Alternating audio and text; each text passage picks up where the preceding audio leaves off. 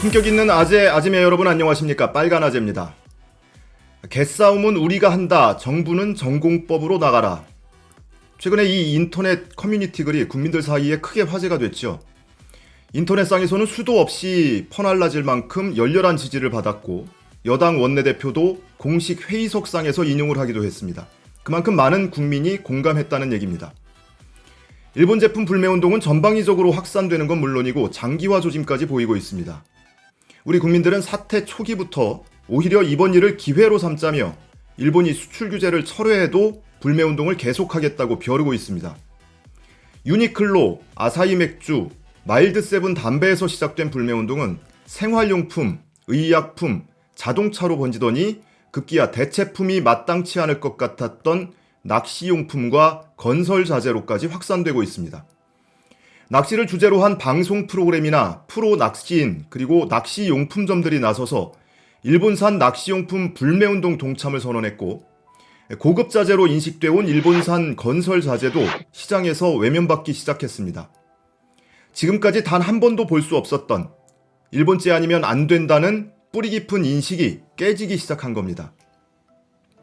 개싸움이라지만 우리 국민들의 불매운동은 일본 제품 리스트와 대체품을 공유하는 사이트까지 등장하면서 대단히 정교하고 집요하게 진행되고 있습니다.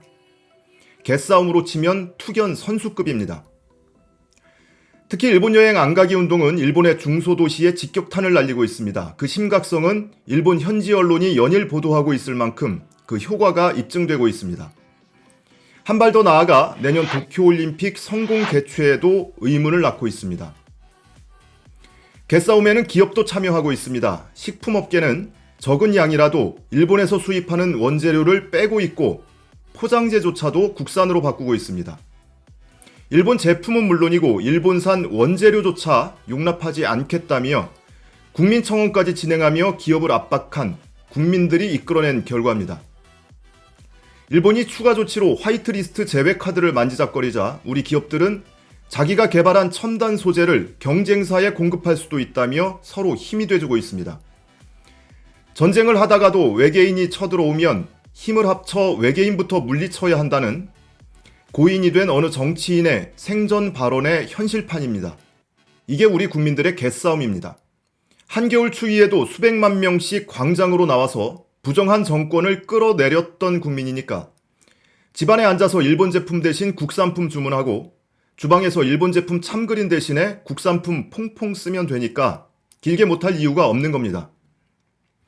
이런 국민들의 열망과 믿음을 잘 아는지 정부는 국민들 바람대로 전공법으로 나가고 있습니다. 정부는 별다른 변칙 기술이나 꼼수 없이 강경하면서도 당당한 태도를 유지하고 있습니다. 일본을 향해서 한쪽으로는 부당한 조치를 하며 항의를 하고 있고 한쪽으로는 지속적으로 대화를 요구하면서 국제사회에서 명분을 쌓아가고 있습니다. 통상 마찰의 문제인 만큼 신속하게 WTO의 의제로 발의해서 국제사회에 일본 정부의 조치가 얼마나 부당한지 호소하는가 하면 한미일 삼각동맹을 원하는 미국이 직접 나서도록 외교전도 펼치고 있습니다. 우리 정부가 일본의 수출 규제에 맞대응하겠다며 또 다른 보복 조치를 하게 되면 일본의 추가 도발에 명분을 줄 수도 있기 때문에 당장은 맞보복 없이 대화로 풀자며 그도 안 되면 국제법으로 따져보자면서 전공법으로 나가고 있는 겁니다. 과거사는 과거사대로 풀고 안보와 경제 문제는 별도로 논의하자는 겁니다.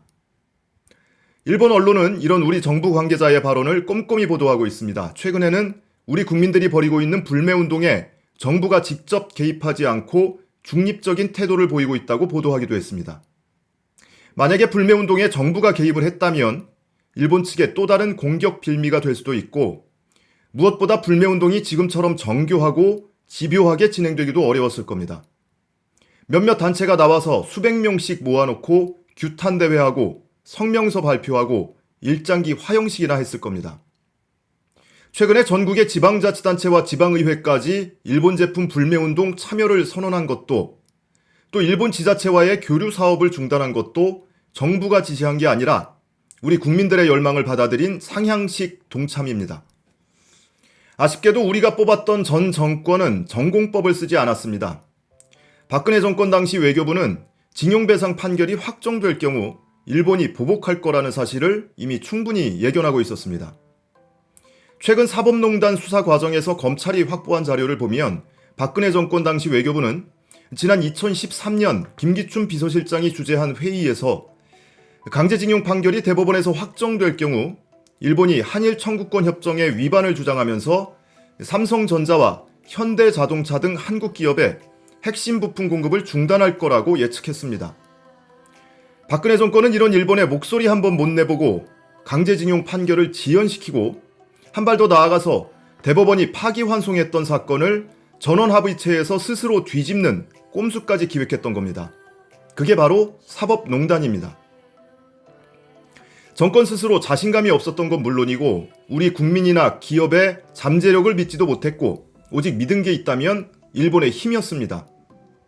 그 힘의 상당 부분은 일본은 늘 우월하고 우리는 2등 국민이라는 일본 극우 세력의 정신 상태가 고스란히 반영된 겁니다. 최근 나경원 원내대표가 정부를 공격하기 위해 언급한 스톡홀름 신드롬은 오히려 일본에 맞서면 안 된다는 일본의 포로로 살기를 원하는 자신들의 의식세계를 설명하는 데에 더 걸맞는 표현일 겁니다. 그렇게 일본을 향해서 눈 한번 똑바로 쳐다보지 못하고 굴복한다면 당장은 큰 잡음 없이 겉으로 보기에는 평온한 상태를 조금 더 연장시킬 수 있을런지는 몰라도 일본은 이성적이고 우월한 존재고 우리는 감정적이고 열등한 민족이라는 이 뿌리 깊은 친일 사관이 적어도 몇 년은, 몇십 년은 더 지속됐을 겁니다. 한국과 일본의 극우 세력이 공유하는 그 형편없는 일본 우월주의는 일본 언론이 방송에서 문재인 대통령을 탄핵하라고 그렇게 주장하는 지점에서 그 오만함의 끝을 드러냅니다.